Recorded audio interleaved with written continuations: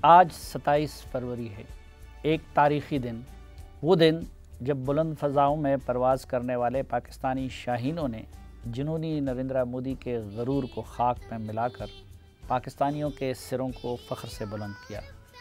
ये वो यादगार दिन है कि जब पाकिस्तान के फ़ज़ाई हदूद की खिलाफ वर्जी और बालाकोट में दरख्तों और एक कौवे को निशाना बनाने के जवाब में पाकिस्तानी एयरफोर्स ने इंडियन एयरफोर्स के 2 जहाज़ों को ऐसे आलम में मार गिराया कि एक जहाज़ का पायलट विंग कमांडर अभिनंदन पाकिस्तानी हदूद में गिरफ़्तार हुए और फिर उन्हें फैंटास्टिक चाय पिलाकर वाघा के रास्ते हिंदुस्तान के हवाले कर दिया गया। असल मकसद अगले इंतखाबात के लिए जंगी फ़िज़ा पैदा करके पाकिस्तान की दुश्मनी की बुनियाद पर वोट समेटना था, लेकिन नरेंद्र मोदी ने इसके लिए पुलवामा में होने वाले एक कश्मीरी पैदाई आदिल अहमद डार की कार्रवाई को गलत तौर पर पाकिस्तान से जोड़कर जवाज़ बनाया, जिसमें इंडियन रिज़र्व पुलिस के 40 एहलकार हलाक हुए थे।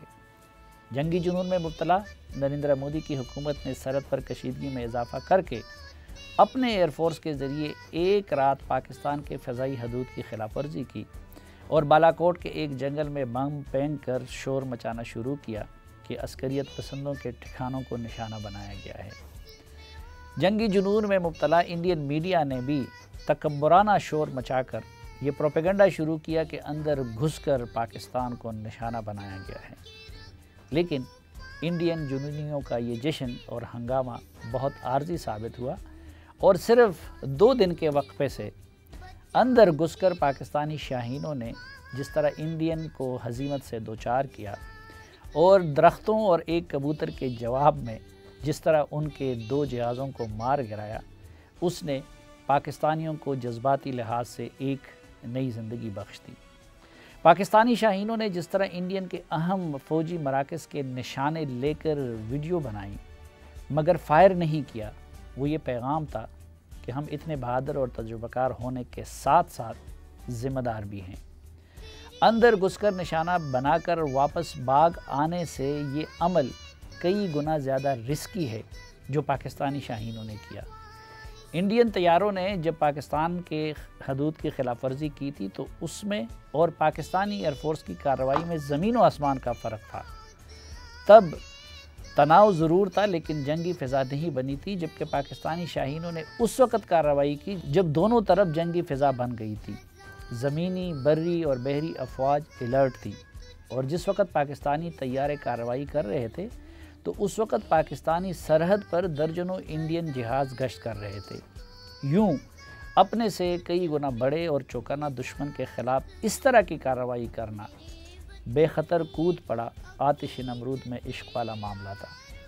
लेकिन ये एयरफोर्स की क़यादत का कमाल था कि उसकी उस तरह मनसूबाबंदी की कि हमारे जहाज़ों और शाहीनों को रत्ती भर नुकसान नहीं पहुंचा, लेकिन इंडियन के न सिर्फ 2 जहाज़ गिरा दिए गए बल्कि जुनूनी नरेंद्र मोदी के गरूर और तकब्बुर को भी खाक में मिला दिया गया। ये कारनामा सर अंजाम देने वाले विंग कमांडर नौमान अली ख़ान, सितारे जुरत और स्क्वाड्रन लीडर हसन महमूद सिद्दीकी तमग़े जुरत तो पाकिस्तानियों के हीरो हैं ही, लेकिन एयर चीफ मार्शल मुजाहिद अनवर ख़ान जिनकी क़यादत और रहनुमाई में उन्होंने मुश्किल तरीन वक्त में जिस तरह पाकिस्तानियों के सर फ़ख्र से बुलंद किए, उस पर वो भी यानी मुजाहिद अनवर ख़ान भी ज़िंदगी भर सीना चौड़ा करने का हक़ रखते हैं और उनकी आइंदा नस्लें भी बजा तौर पर सर उठाकर कौम के सामने इस कारनामे का जिक्र करती रहेंगी। यहाँ ये बताना ज़रूरी है कि इंडिया को जवाब देने का फ़ैसला जनरल क़मर जावेद बाजवा की क़यादत में नेवल चीफ़ और एयर चीफ़ वगैरह का मुश्तरका था, लेकिन जवाब किस दिन और किस तरीके से दिया जाए ये हिकमत अमली सिर्फ़ और सिर्फ फ़िज़ाइया की क़यादत ने तरतीब देनी थी और 2 दिन के अंदर अंदर ये कार्रवाई करके उन्होंने बाकी मुल्क की क़यादत को भी हैरान कर दिया, क्योंकि आम ख्याल ये था कि वो कई हफ़्तों में ही जवाबी इक़दाम कर सकेंगे, जो उन्होंने 2 दिन के अंदर कर दिखाया।